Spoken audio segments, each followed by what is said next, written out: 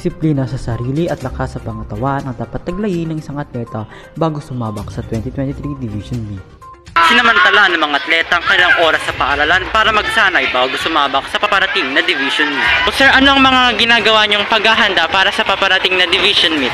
Ang mga paghahanda na ginagawa namin para sa Division Meet ay ito, back to zero kami kasi 3 years na lockdown, walang practice, wala na. So ay mga basic lang muna sa endurance ng mga bata.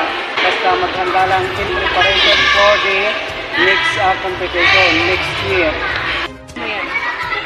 Ilan sa mga sinasayan ng mga pambato ng DAPS para sa Division Meet ay ang football at futsal. Nakakaramdam ako ng pagka-excite dahil sa makakalaro ulit ako ng division at may halong kaba. O sino ang pinakamahigpit niyong kalaban? Mingan at Manawag. Gaganapin ang Division Meet sa Manawag, Pangasinan sa March 3 to 4, 2023. Maganda daw na habang maaga pa ay maturuan na ang mga estudyante ng sports. Para sa Balitang Amadeo, ako si Reggie Palasi, nag-uulat.